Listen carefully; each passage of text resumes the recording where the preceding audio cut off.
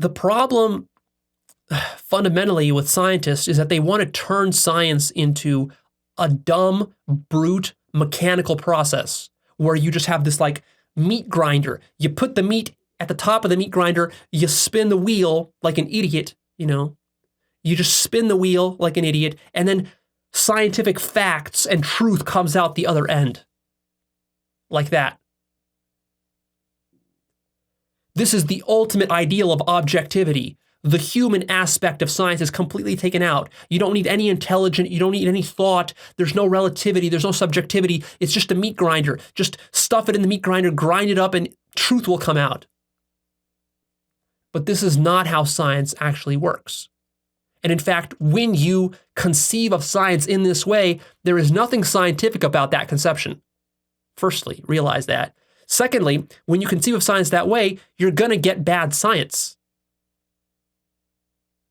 Because there's going to be aspects of nature which do not align with your meat grinder approach to studying nature.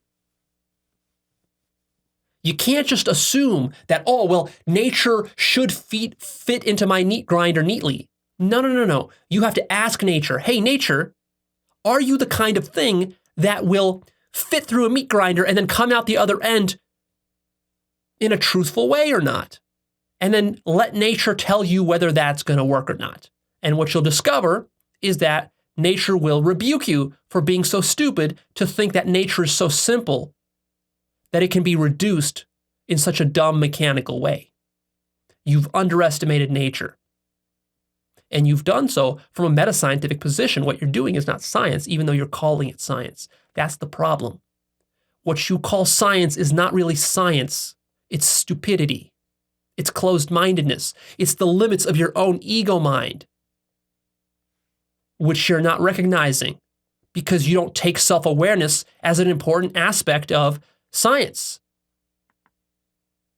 You think you can do science out there in the world without deeply self-reflecting about the very mechanism through which you're doing science, which is your ego mind.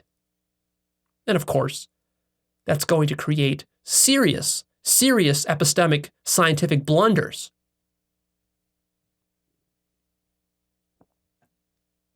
So I'm not saying that you need to deconstruct science because science is being mean to religion. I'm saying you need to deconstruct science for the benefit of science itself, because it's like science is punching itself in the face.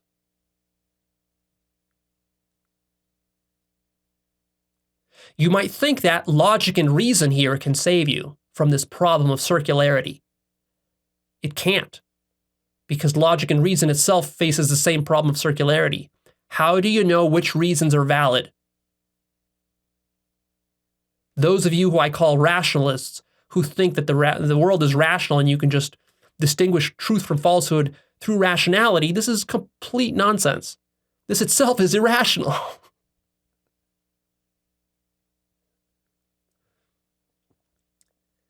Everybody who's ever believed anything crazy or false throughout all of human history has always had good reasons and logic behind their beliefs.